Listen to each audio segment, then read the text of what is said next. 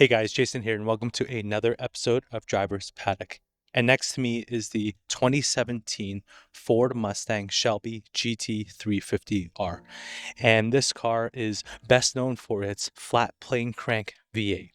And although that is the crown jewel of this car, let's put that aside for just a second so we can appreciate all the other things that make this car what it is. And then when we factor back in the flat plane crank V8, you'll see why I think this car is legendary. Let's go.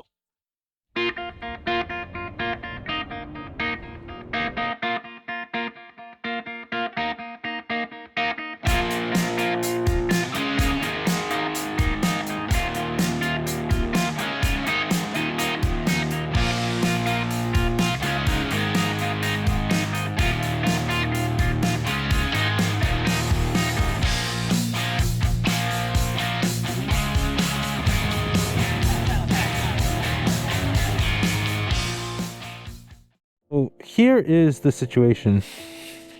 The track marshals have literally shut down the track for me to try and do 3 laps in the GT350R. So I got 3 laps, and I'm told by the owner that the tires are absolutely done, and I'll be able to give it another go when he puts on the Supercar 3Rs.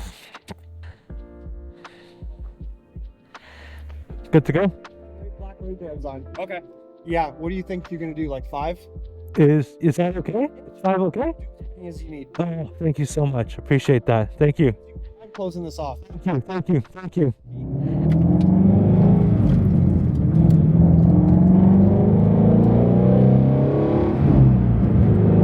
Alright, let's see what the voodoo V8 is all about. Oh my god. Okay, this car has no tire in there. Let's warm it up. Oh, heel toe down just nice. I like the pedal box spacing. It's a little wider. Gives me a little bit more space. The steering is a little too light for me, but precise.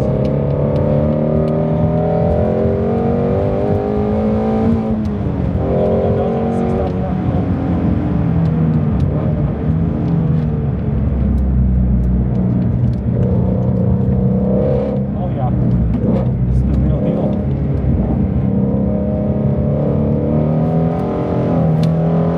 Okay, this car has no tire.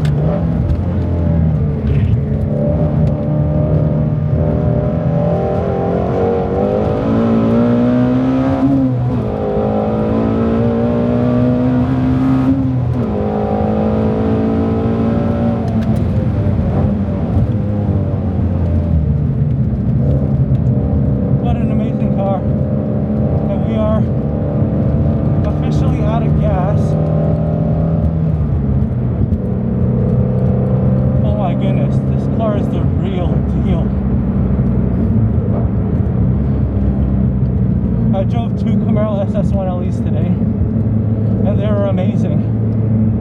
But if I had to take one home, it would absolutely be this.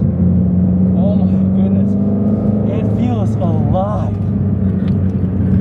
I'm not just talking about the motor, I'm talking about the whole experience. This shifter, this Tremec 6-speed is amazing.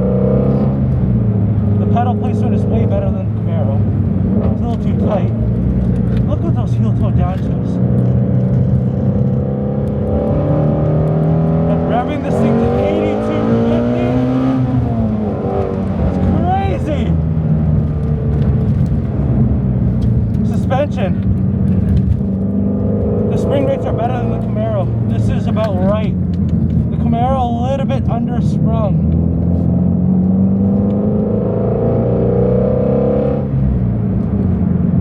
This car is so good.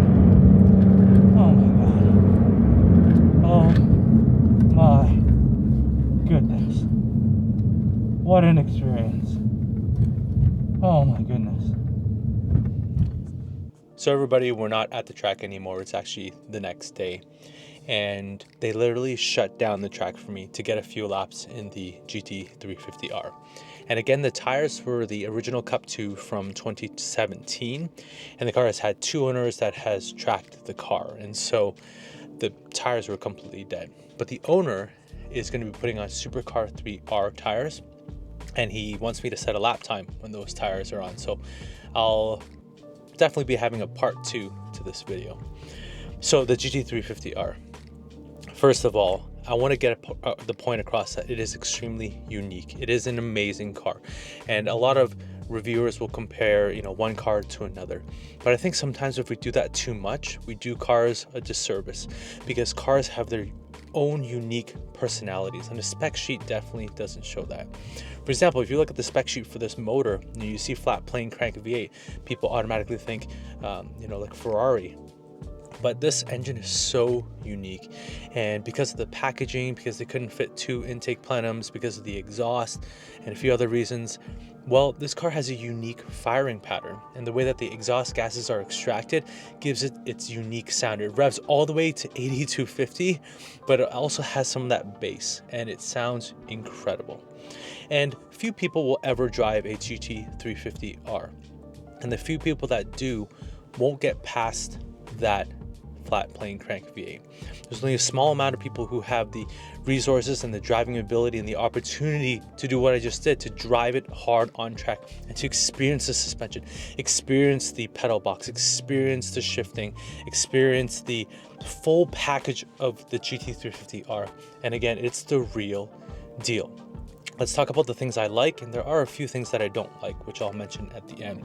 Of course, that motor is really, really, really amazing.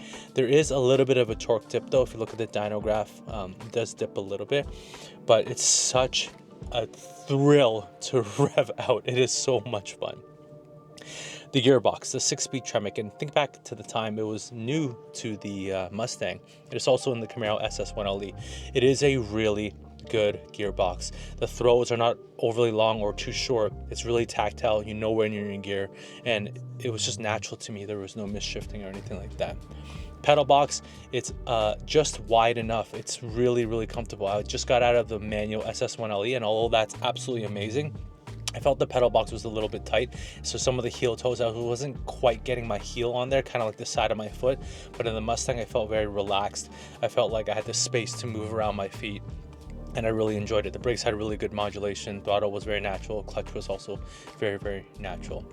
Think back to 2017. Magna Ride suspension was pretty unique at the time. It was groundbreaking, really. And to have that back in 2017, it's amazing. And the high-speed stuff is really good. When I hit curbs, when I hit bumps in the track, literally it settles in one stroke, and I barely feel it through the chassis. It's really, really good. It gets the tire right back onto the ground. With some of the low speed stuff though, I found that the low speed compression and rebound was a little bit, when I turned the car, I felt like the car wasn't digging, it wasn't compressing enough. And then on the rebound, I felt like it was a bit twitchy, a little bit too fast on the rebound. And I will say potentially that's because of the tires. Like I said, the tires don't have much grip, they're not really digging. And as a result, maybe the rebound felt a little bit twitchy because of that. So again, I'll try again with Supercar 3Rs, and of course there'll be a part 2 to this video.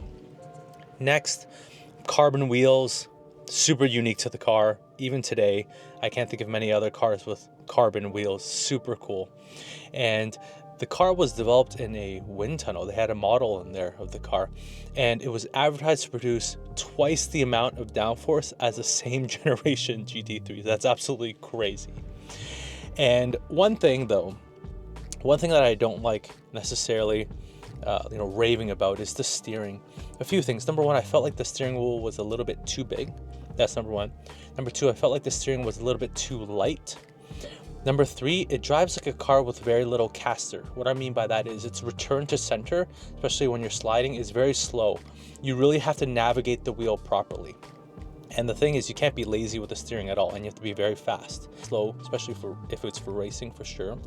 So you have to be very quick with your hands, you have to be very precise, but it is extremely rewarding when you get it right. And I think that's partly why this car is a little bit hard to slide, because you can't be lazy with it. Like in my BMW, my M cars, like I'll just pitch it in, bootload a throttle, I can be lazy, I can let go of the wheel, it just naturally returns, catch it, bring it back to center, blend off the throttle. It's really easy to do so.